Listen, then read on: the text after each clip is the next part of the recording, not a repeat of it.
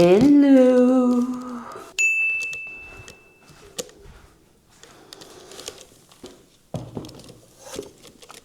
Evet, başardım. Yıkmadan geldim.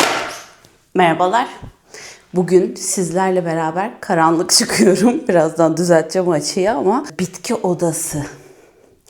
Ama acil durum bitki odasındaki bitkilere bakacağız.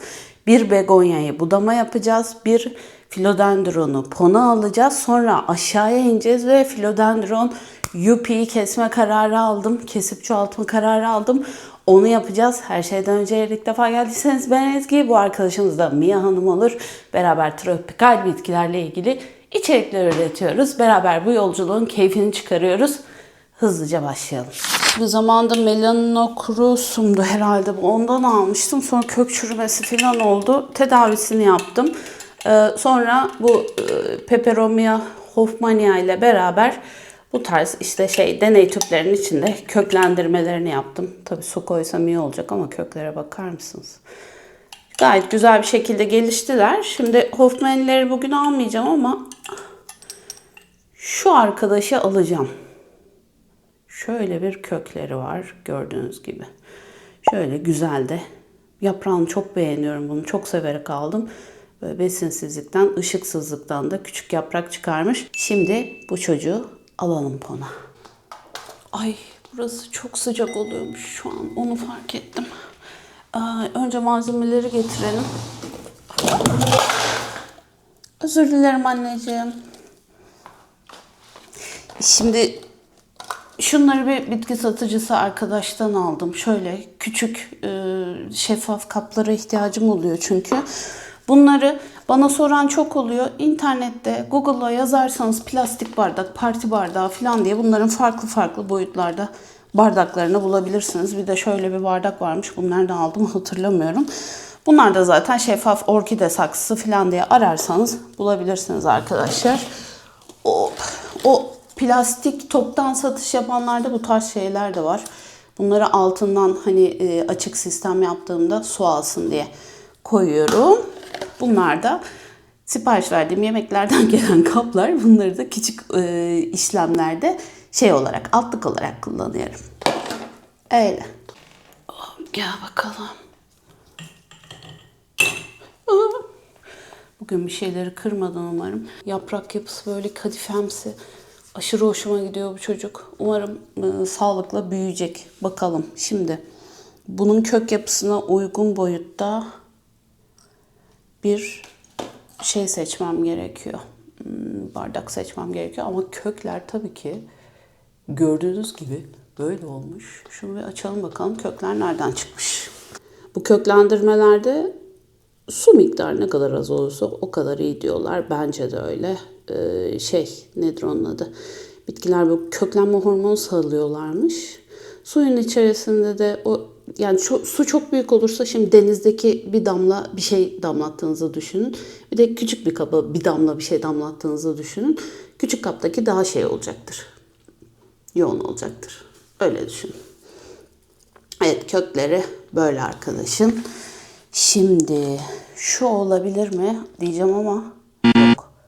Alçak kaldı çünkü şuradan da kök çıkmış bak. Görüyor musunuz? Buradan da kök vermiş çocuğum. Okey o zaman o olmadı. Şu ötekini deneyelim. Sanki bu da olmayacak. Evet bu da olmadı. Güzel. Geriye şu bardaklar kalıyor. Evet şimdi şöyle yapacağım. Buna yapacağım. Bence okey ya. Ağzına kadar doldurmama gerek yok. Altı zaten pon olacak belli bir yere kadar. Sonra bitki yerleştireceğim. Evet ben bunu sevdim. Biraz köke çalışsın. Çok sorun değil. Normalde toprağı alıyor olsam şeyden korkarım. Nedir onun adı? Malzemeyi çok fazla koymaktan, toprağın saksının çok büyük olmasından falan korkarım. Ama ponda maksimum köke çalışacaktır. Kök çürümesi olacağını zannetmiyorum. Sadece büyümesi yavaşlayacak çocuğun. Şöyle.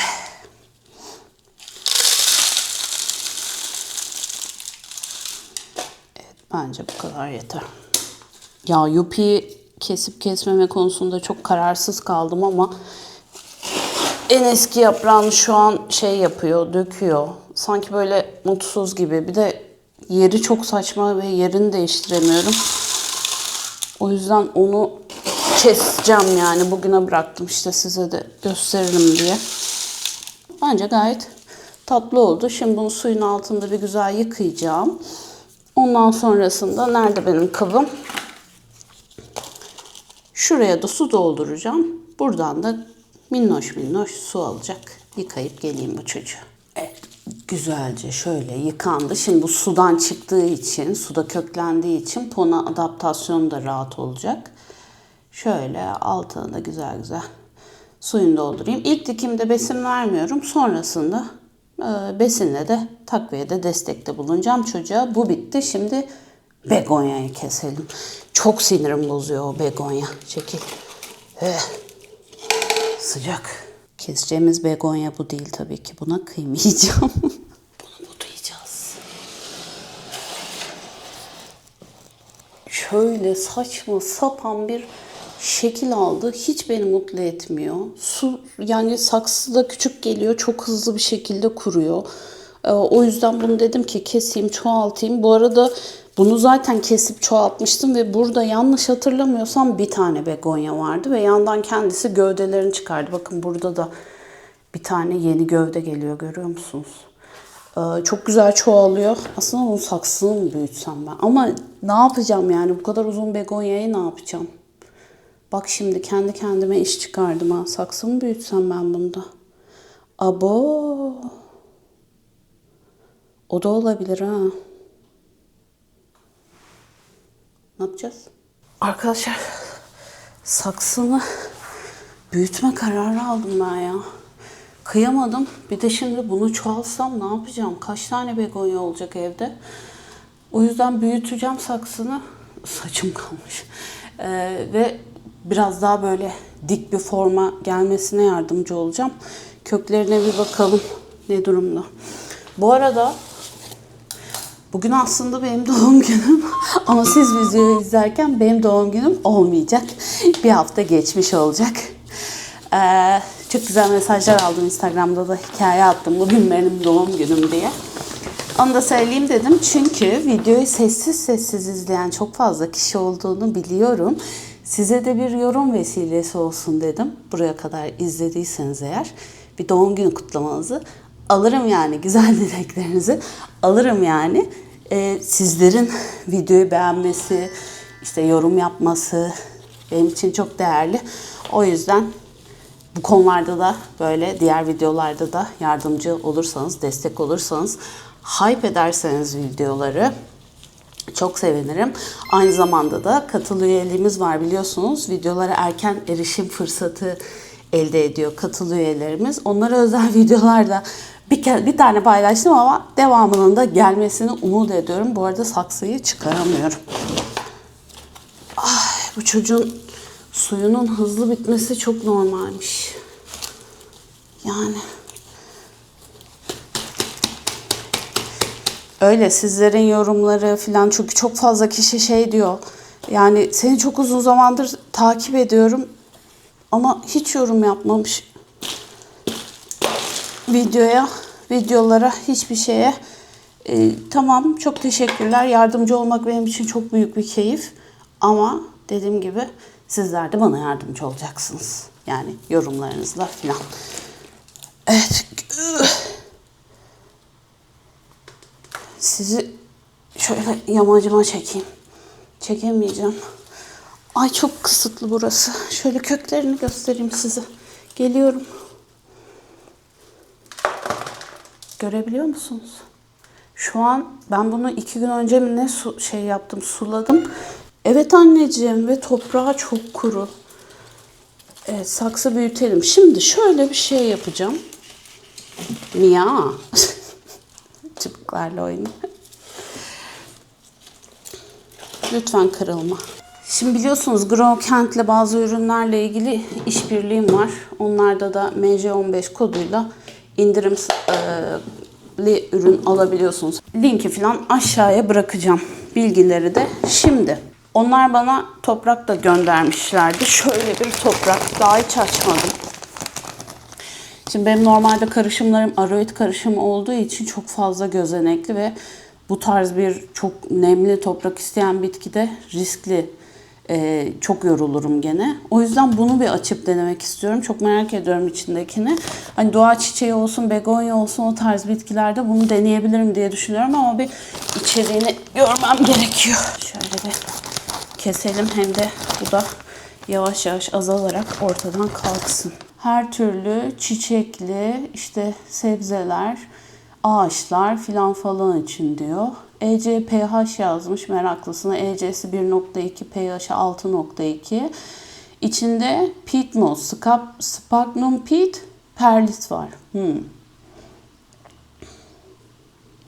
Sphagnum peat çok içime sinmedi açıkçası. Nereden aldıklarına bakmak lazım. Sphagnum peat'ti sanırım. Evet. Turbalık yosunu. Onları toplarken eğer bir üretim sahasından almıyorlarsa doğaya zararı oluyor olabilir. Bunu bir araştırırım. Ona göre ekrana da yazarım. Bir ülkede sadece bildiğim kadarıyla üretimleri yapılıyor sırf bitkiler için kullanmak için. Onun dışında turbalıkları falan zarar veriyor diye biliyorum. Sizin de aklınızda olsun. İçeriği şöyle. Şuradan bir saksı alayım. Size de göstereyim. Başaracağım. Geliyorum. Devrilme. Lan. Gayet güzel nem tutacak bir içeriğe sahip. Ben normalde sıkıştırılmış torf kullanıyorum ana malzeme olarak. Sonra içerisine diğerlerini atıyorum. Ben bunu sevdim şey için. Begonya için. Hatta içindeki de buna benziyor. Aa! Şaka gibi. Devirdim. Neyse. Bugün pisleneceğiz zaten. Orası belli. Bende aroid karışım var ya. Şöyle nerede? Şunu göstereyim. Acaba dedim bununla bunu mu karıştırsam diye düşündüm. Ama saksıyı aşırı büyütmeyi planlamıyorum. Bir saksı boyutlarına bakayım. Eğer çok yani zaten köke uygun saksı seçmek lazım. Böyle aşırı saksı seçmemek gerekiyor biliyorsunuz artık. Toprağıyla bu toprak çok farklı olsaydı içerisine biraz bunlardan drenajı arttıracak malzeme katabilirdim. Belki şimdi de bir avuç katabilirim de. Eğer oldu da bu tarz bir değişim yapıyorsunuz. Mesela begonyanın kendi saksı toprağı çok fazla gözenekli filan böyle içinde perlitler, ağaç kabukları filan niye birisi öyle bir şey diksin bilmiyorum ama öyle bir dikime hazırlamış olsalardı bunun içerisine onlardan katardım. Ama şu an katmayacağım. Şimdi saksılarım nerede? Ben saksı getirdim. Al. Şu an dışarıda nasıl güzel yağmur yağıyor var ya. İkisi arasındaki fark şöyle. Bunun arasındaki fark şöyle. Ortaladığımda. Aslında bu çok büyük. Ama buna dikeceğim. Birazcık da şey yapacağım. Karıştıracağım. Aroid karışımından. Tamamen spontane çekim. Nasıl yapılır?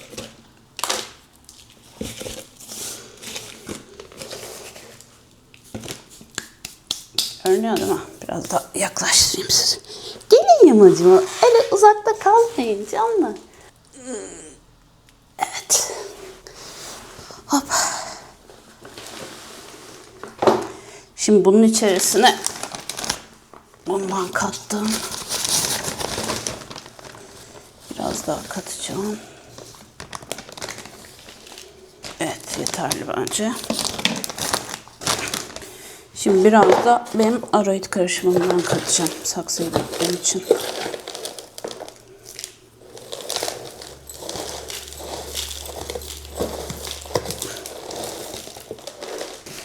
Yemeğimizi böyle yapıyoruz. İçerisine birazcık paketli gıda ve sonrasında kendi evimizde hazırladığımız güzel gözenekli, gözenek verecek taneli parçacıkları ekliyoruz. Ve sonra güzel bir şekilde karıştırıyoruz. Yemeğimiz bu hale geldi. Şimdi dikimimize başlıyoruz. Ya ben eskiden YouTube kanalı olanlarla çok dalga geçerdim. Kanalıma hoş geldiniz diyorlar ya. Ben şey diye kendi şahsi hesabımda geyik videosu çekerdim. Bağırsak kanalıma hoş geldiniz. Bugün sizlerle beraber falan diye sonra kalktım. YouTuber oldum nasıl ama. Tam olarak oldum mu onu da bilmiyorum da. Kendi çapımda eğleniyormuşum gibi geliyor. Gel bakalım kızım. Şimdi şu destek çubuklarını sanırım sizi biraz daha uzağa götürmem lazım. Bekleyin. Siz ağzına tüküreyim. Siz uzaklaştırıyorum. Hazır mısınız? Bugün temizlik yapmadan giriştim bu işlemlere. Sığdık mı? Bence okeydir ya. Kameramı istiyorum. Şu destek çubuklarını yeni saksının içerisine destekleyeceğim. Evet şöyle olacak. Hatta koyup yapayım. Aynen. Çok güzel oldu. Şöyle. Hatta şimdi ne yapacağım biliyor musunuz? Şu iki destek çubuğunu seni de çıkaralım. Umarım gözüküyordur ya. Arkamda bir şeyleri devirdim.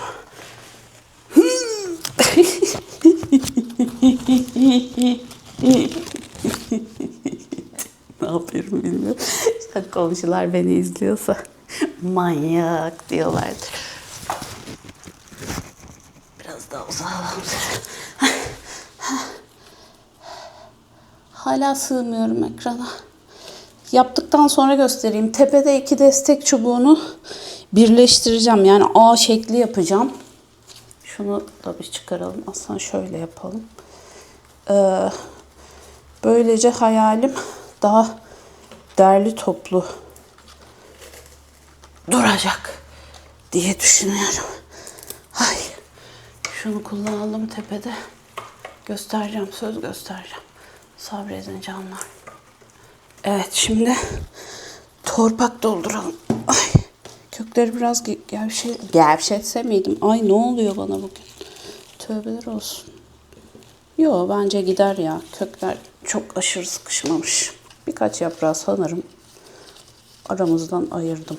Bilmiyorum. Evet şimdi görüyorsunuz mu? Şu mükemmel yemek karışımımızdan ekliyoruz. Şimdi burada da gelin bir bakayım yanıma. Olmadı böyle.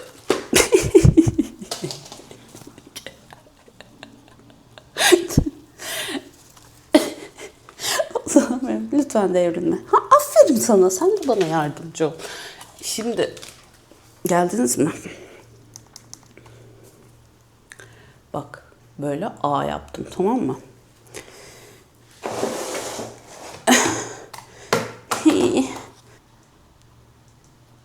Heh. Şöyle yapalım. Şimdi bakın. Bunu da derin dikim yapıyorum. Çünkü devriliyor ya. Işığı ayarla.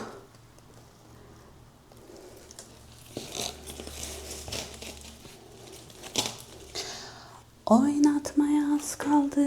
Doktorum nerede? Şöyle. Görüyor musunuz bak. Kök boğazı aslında orası.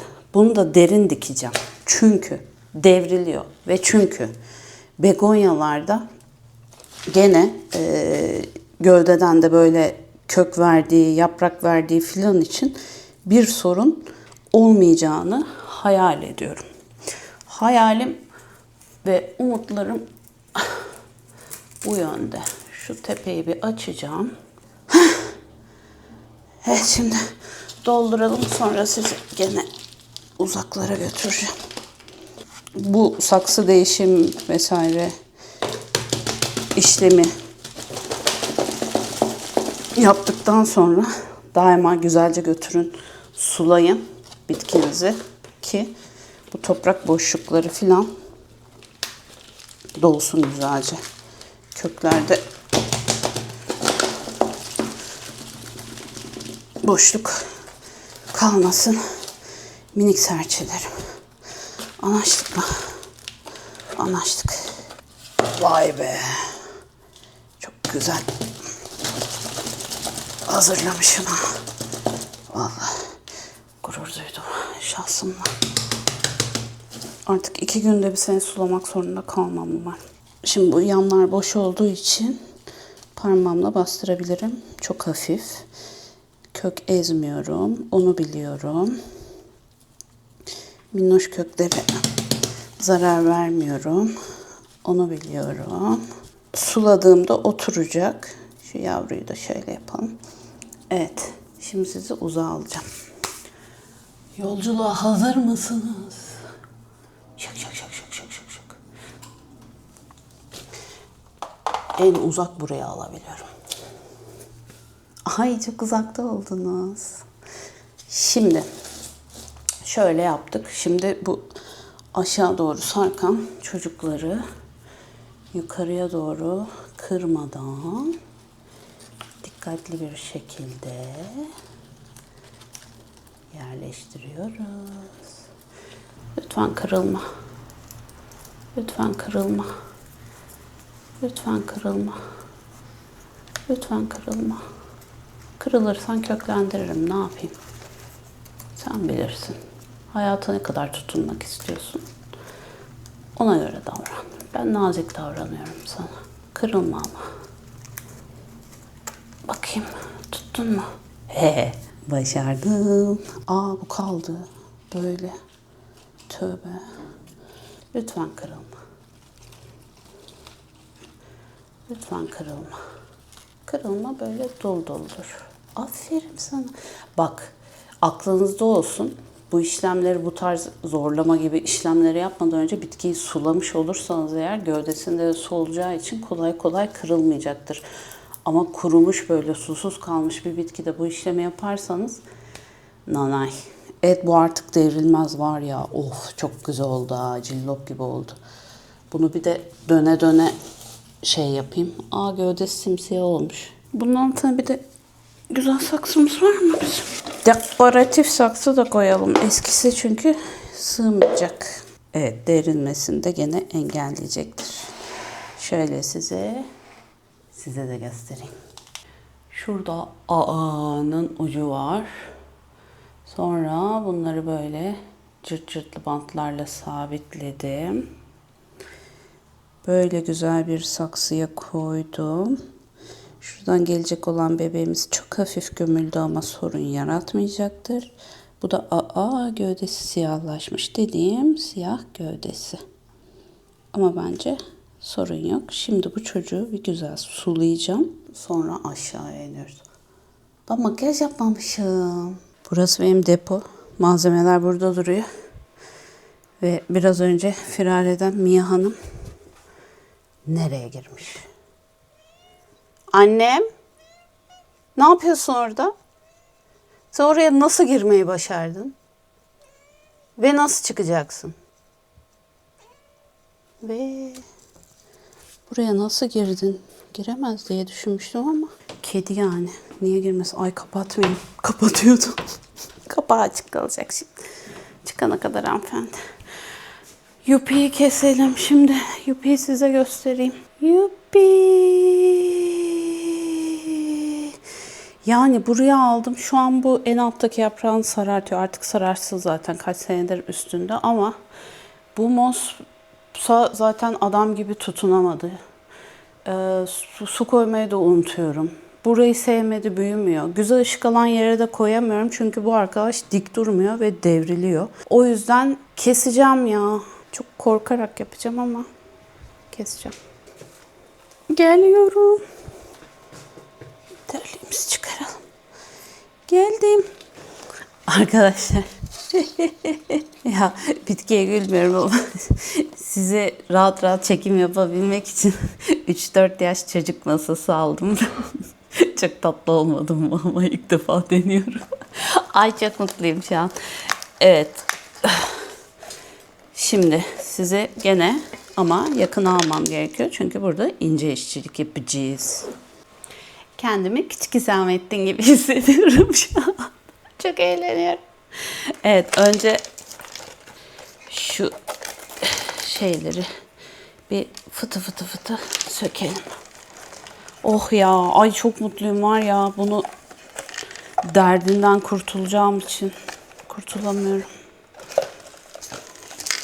Canım yapayım ya. En çok sevdiğim filodendronlarımdan bir tanesi. Ama işte uzak ışık. Işıktan uzak olması filan. Bu çocuğun böyle anlamsız bir şekilde peteği büyütmesine sebep oldu. Arkadaşlar bu ışıklar normalde böyle pıtı pıtı pıtı yapmıyor. Kameradan kaynaklı. Şöyle ettireyim. Hatta birazcık daha mı? Ama çok saçma olacak. Onu görmemeye çalışın, tamam mı? Aslında kapatabilirim. Niye kapatmıyorum ki? Geliyorum, bekle.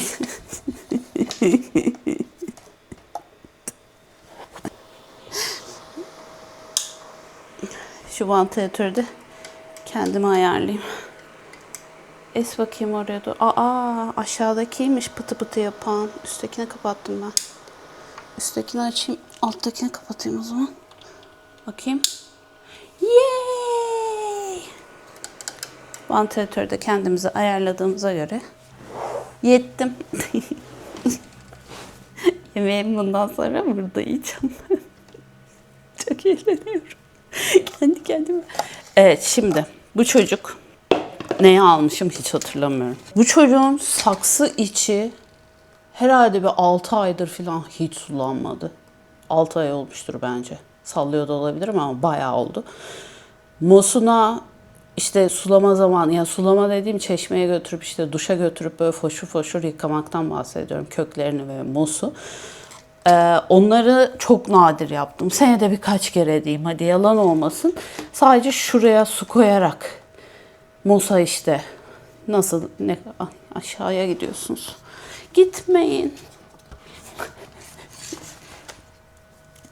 Yeni tripod almam gerektiğine dair.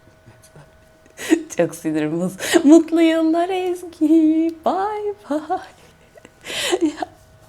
Tripodun altına bant koydum. Onları bantlamayı unutmuşum. Artık gitmeyeceksiniz sanırım. Evet, ne diyordum? Çok uzun, yani böyle çok nadir hani komple sulamasını yaptım. Yukarıdan su aldı ve o yüzden durdun mu? Okey, sen dur. Seni biraz yukarı kaldırırım. Ay, orası fıtı fıtı yapıyor şimdi. O yüzden toprağın, saksının içindeki ve buradaki köklerin de ben kuru olacağını düşünüyorum. O yüzden hem kök budaması yapacağız, hem çocuğu budayacağız, hem suya alıştıracağız, hem yeni kökler çıkarmasını sağlayacağız. Çocuğa bugün çok sağlam yardım edeceğiz. Tamam, bir şey yapmayacağım. Sakin ol. Aslında sadece bunun videosunu bile çekebilirmişim. Neyse, diğerlerini editte kısaltırım. Bence asıl baba işlem burada çünkü canlar. Şöyle fışı fışı yapalım. Başlayacağım ama ha. Nereye? Daha da gidemezsiniz. Bantladım. Evet. Şunu çıkaralım. Gitmeyin. Bir kere bir çekimde öyle olmuştu ya. Hiç kameraya bakmadan çekim yaptım. Sonra kafayı bir çevirdim. Kamera yere bak. Aroid karışımının güzelliği işte. Şu kök kurumuş zaten. Budama makasım nerede?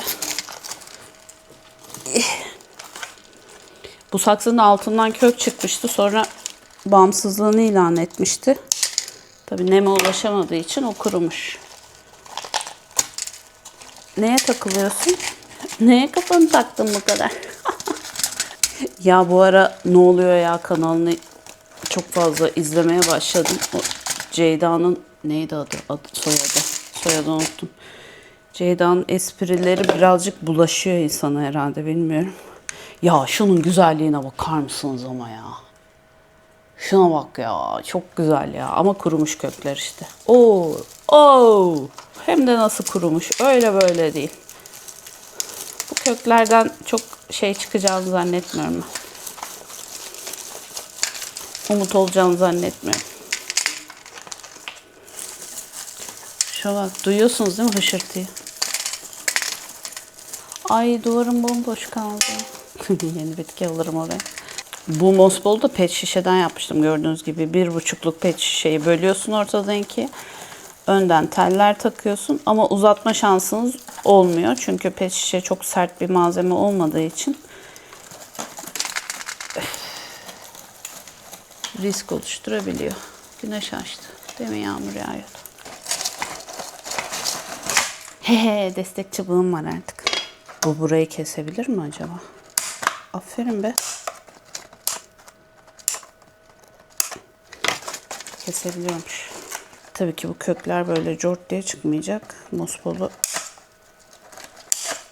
ayırmam gerekiyor. Buraları hızlı geçelim o zaman.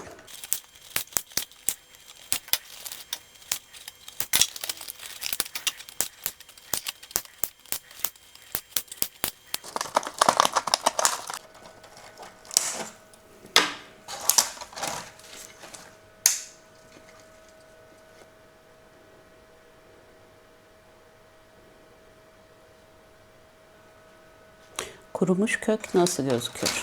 Şimdi bu mosu tabii ki açmam. Çok zor olacak. Aslında ıslatmam gerekiyor bunu. Abi mosun içi kupkuru. Bu çocuk nasıl yaşadı acaba? Ne yapmak lazım diye düşünüyorum. Mosu bir götüreyim ben. Çeşmenin altında foşur foşur bir ıslatayım. Rahat ayrılacak şekilde. Şu kabı da boşaltayım. Bekleyiniz, geliyorum efendim. Şimdi yosun hidrofobik özelliğe sahiptir. Yani kuruduktan sonra su tutması çok zordur. Çeşmenin altında böyle götürdüm, foşur foşur yıkadım. Bundaki amaç, bunu yapmamdaki sebep maksimum kök kurtarmaya çalışmak istiyorum içerisinde. Çünkü gövdeye çok yakın, yani şu kısacık bir kısımdan sonra şeyin içine girdiği için, nedir onun adı? Yosunun içine girdiği için maksimum ne kadar uzun kök olursa benim için o kadar iyidir. Tabii ki oradan kesip de direkt hiç yosunun içine girmeden de kurtarabilirim ama bir denemek istiyorum. Birazcık pisleneceğiz. Gelin buraya, gelin siz gene. Bu sefer de öbür taraf. Ay çok tatlı yağmur yağıyor. Camdan bile ışık parlıyor. Görebiliyor musunuz yağmuru? Nasıl katır katır, nasıl katır katır. Ama kökleri, bak duyuyor musunuz?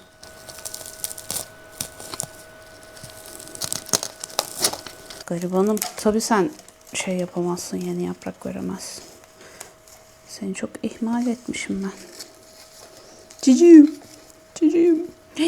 Öbür bitkiye değdi. Ya Jose Bono'da yanılmıyorsam ve korkarım ki mantar hastalığı başladı. Şu an Yuppie de ona değiyor. Şöyle çevireyim. İlk defa mantar yaşıyorum. Çok mutluyum. Eğer mantarsa ziraatçıma fotoğraf gönderdim. Haber verecek bana. Belki vermiştir, bilmiyorum. Telefonun sesi kısık şimdi. Umarım mantardır.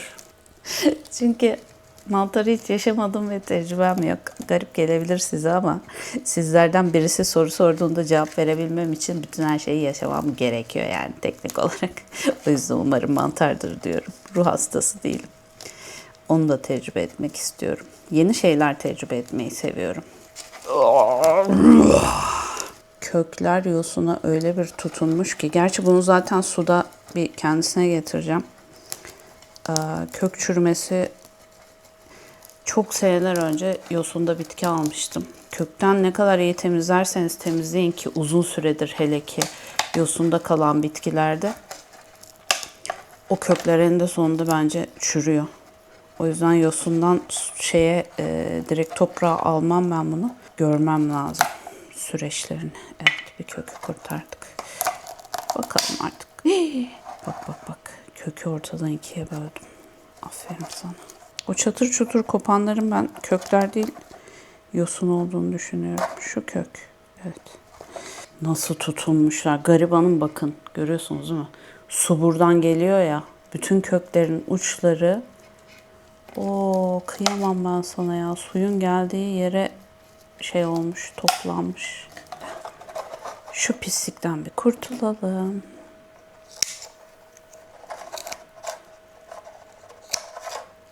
Niye kesmiyorsun? Tabii sağlam budama makasınızla kalkıp da benim gibi telleri kesmeyin. Metal kümes telini kesmeyin, yoksa. Şu alt gövdeyi tutacağım tabii ki. Bunu yeniden aroide alabilirim hatta. Şimdi budama işlemini yapalım. Önce şu tepsiyi bir temizleyelim. Ben gideceğim şimdi bu kökleri çok güzel bir şekilde yıkayacağım. yosundan elimden geldiğince arındırmaya çalışacağım. Frenchlerim nasıl? Ağzımda bir şey var. Geldim. Cillop gibi oldu. Bak. Elimden geldiğince bunları temizledim. Şurayı da yıkadım. Şimdi ne yapacağız? Önce ana kökü bir ayıralım sizinle beraber. Şöyle görebileceğiniz. Ya bu ne ya? Görebileceğiniz şekilde ayarlayalım. Evet canlar. Jilet kullanacağım. Temiz kesik almak için. Evde çocuk vesaire varsa dikkatli olun lütfen. Şöyle şimdi bakalım. Evet bu en alttaki şu gitmeye başlayan yaprak. Bunu bir ayırıyorum. Ayrıldı. Nasıl dönmüş ışığa ya, bakar mısınız? Bak şimdi. Buradan çıkıyor yaprak. Ve sonra hop diye böyle dönüyor. Ya görün bunları. Şimdi ana kökü bir yaprakla beraber mi alsam acaba? O yaprak da gidici gibi ama. Ya kök gürlüyor. Alamam ki. Çok yakın bunlar. Şu ikisini görüyor musunuz? Görüyor musunuz? Bunu kayıt altına almam lazım. Şu ikisi birbirine çok yakın. O yüzden şuradan keseceğim orayı keserken. Şimdi buradan alıyorum kesiğimi. Şöyle altında kök notlarının yerine de bakıyorum. Şuradan.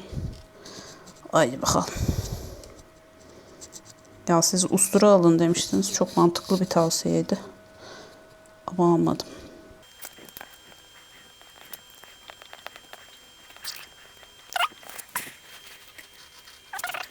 Başaracaksın kızım. Ben de başaracağım. Haleluya. Evet, şimdi şunu bir kenara koyayım. Şu alt kısmı bir halledelim. Şimdi bu alt kısım çok uzun süre susuz kaldı. Köklere bakıyorum. Kökler acaba sağlıklı mı? Bakalım. Nasıl bakacağız? Çok hafif bir şekilde bir kabuğunu şöyle sıyırıyorum. Göstereyim size. Umuyorum ki gözüküyordur. Nerede? Şurada. Yeşil çıktı. Demek ki köklerin içinde hala bir umut var. Kökler canlı ve yaşıyor. İnce köklü bir bitkide bu kadar sulamayı unutsaydım, erteleseydim, bıraksaydım kolay kolay o kök canlı kalmazdı. Ama kalın köklü arkadaşlar da işte daha dirençli oluyorlar bu susuzluğa. Ya diyorum ya, kaç aydır kim bilir bu köklere, bu toprağa hiçbir şekilde materyale değmedi. Su değmedi. Evet, şimdi şöyle yaptıktan sonra güzel kılcal kökler falan da vermiş. Hatta şu bir şey göstereceğim, çok tatlı. Ya benim kadar zevk alıyor musunuz videodan bilmiyorum. Bakar mısınız? Köke bakar mısınız? Muhtemelen buradan bir yerden kırılmış bir şey olmuş ve şöyle 2 tane kök çıkarmış. Ne kıtladı acaba? Bunu mu kırdım? Bunu kırmış olmayayım. Yok. Tamamdır. Şimdi ama o ilginci keseceğim. Ne yazık ki. Bu damacandır diyoruz. Şimdi üst kısımda zaten bir şey kalmadı. Şurada gövdede de böyle saçma sapan kökler var. Bunlara benim ihtiyacım yok. İstemiyorum. Çünkü ben şuradan itibaren çocuğu tutacağım. Toprak altında tutacağım ve ben gözlere bakmadım biliyor musunuz budarken? Neyse ki varmış. Şu gözlerden bana sürgün vermesini isteyeceğim. Ama önce çok uzun süre susuz kaldığı için ben bu çocuğu bir süre böyle su içinde tutacağım ki bir güzelce suyunu alsın. Ondan sonra da aroid karışımının içine alacağım. Burada bununla işimiz bitti. Şimdi gelelim diğer parçalarımıza. Evet, şimdi bu arkadaşları keseceğiz. sizi bir kez daha yamacıma çağırıyorum. Geliniz efendim. Aşağıya ininiz. Yes. Şimdi bakalım. Tepe çeliği her zaman daha sağlıklıdır. Oksin hormonu burada aktif çünkü. Şu yeni yaprak olacak da olamadı. Şimdi benim hayalim şuradan kesmek. Umuyorum ki bir yerlerde göz patlatacak bir şeyi vardır. Ve sonrasında bu arkadaşı kile almayı planlıyorum. Şöyle alacağım. Böylece bu kökler aşağıya doğru gidecekler. Ve bitki de şöyle duracak yani. Bu zaten ışığa göre kendisini ayarlayacak. Haydi bakalım. Şuradan. Temiz bir kesik umuyorum ki almayı başaracağız. Şimdi bu kesikleri alırken minimum hasarı vermek gerekiyor. O yüzden bu şeyi kullanıyorum. Jilet kullanıyorum. Bir tane şeyde gördüm içerik üreticisinde. Technogrowth muydu? Adı neydi? O böyle jiletle kesiyor. Ve seneler önce kestiği bir bitkiyi gösterdi. Böyle dümdüz hala. Bak kesiğin temizliğine bak. Tabii birazcık yamuk yumuk oldu ama göstereceğim bir dakika. Böyle hışırtı, girinti, çıkıntı bir şey yok. Evet, artık 3 tane yupim var. 1, 2 ve ana gövde 3. Şimdi bitmedi. Kil bilyesi alıp geliyorum. Buna uygun çok güzel bir şey buldum. Vazo buldum. Ona kil bilyesiyle artık estetik kısmına geçelim. Yeter daha. Geldim. Ablam geldi bana hediye getirmiş. Bu arada bunu da kesmiş olduk. Bunu kesiyorduk değil mi? Gelin bir daha. Onu yapıyorduk yanılmıyorsam. Bunu kesmemiştik. Evet. Hayır bunu arkadaşlar benim beynim gitti. Kil bilyesi eğlenceli kısma geçiyorduk biz. Yine sizi uzağa alıyorum. Bye. Aldım. Hava çok güzel kapattı var ya. Ben de diyorum kamera niye uzakta? Evet şimdi şöyle anneciğimden çok güzel bir cam şey gelmişti. Gerçi bu da çok yosunlanacak da olsun. Şimdi bu ikisini yapıyoruz. Alıyoruz. Suyu akıyor. Wow. Ama ben gövdesini zaten kile koymayacağım. Size göstereceğim şimdi. Evet şöyle bir kil bilyesi altına koyalım. Çok kilim yok. İçeride kil var da yıkamak istemedim onları. Bakayım üstüne de yetecek kadar. Şimdi bu boş kısma su gelecek tabii ki. Tahmin edersiniz. O yüzden bunu yapıyoruz. Şimdi sizi gene tabii ki yakınıma alacağım. Uzağımda olmanızı sevmiyorum. Gelin yamacıma. Pilim azalmış. Şöyle bence güzeldir. Şimdi bunu böyle koyduk değil mi? Şimdi bu arkadaşları şu şekilde buraya yerleştiriyorum. Yerleştirdim. Ve şimdi gövdeye gelmeyecek şekilde burayı kil dolduracağım. Hazır mıyız? Umarım kilim yetecek. Yani buradaki amaç kökler şeye girecek. Nedir onun adı? Kile girecek ama gövde kile girmeyecek. Böylece bekletmeme de gerek kalmayacak. Gövde çürümesi de yaşamayacak. Gürültü geliyor.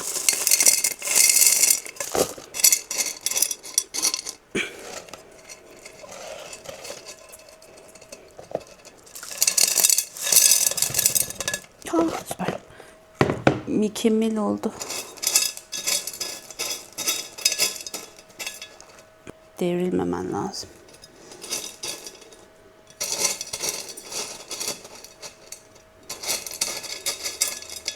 Sanırım bunun ikinci videosu gelecektir diye düşünüyorum. Ben de merak ediyorum. Çünkü bundan sonrası nasıl ilerleyecek diye. Evet. Bırakınca devriliyor. Senin devrilmemen gerekiyor. Şimdi bir şey yapacağım. Ne yapacağım biliyor musunuz? Şöyle bir dur sen. Geliyorum. Geldim. Şöyle kağıt bandı var. Üstüne de şey yazmışım, hatta bitki adı yazmışım.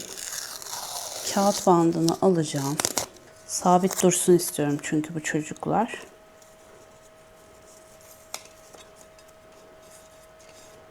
Şöyle bitkiyi de çok sıkmadan sadece köklerinin oynamasını istemediğim bir şekilde bunu bantlayacağız. Şunu biraz daha içeri sokabilirim.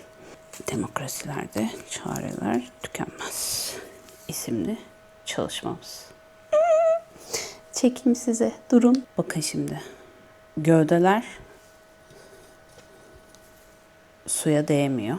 Yani kile değmiyor.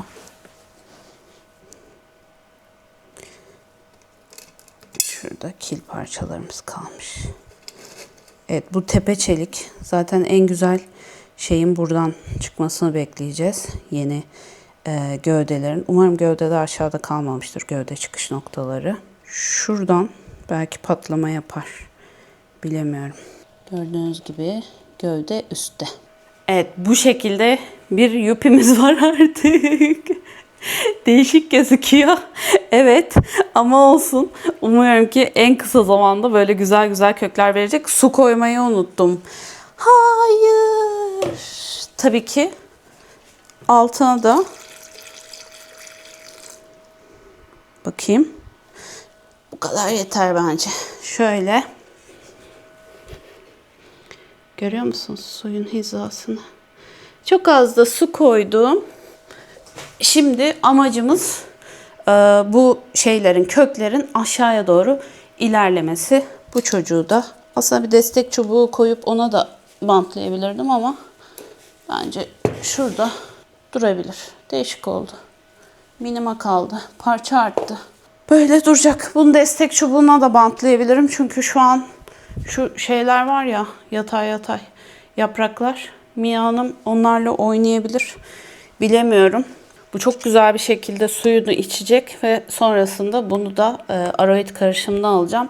Büyük ihtimalle Yupi'nin ikinci videosu gelecektir diye tahmin ediyorum. Demin de dediğim gibi öyle. Umuyorum ki keyif almışsınızdır. Biraz bölük pörçük, biraz yoğun bir video oldu. Kanal sponsorlarımıza buradan teşekkür edip bir sonraki videoda görüşürüz diyorum. Bye!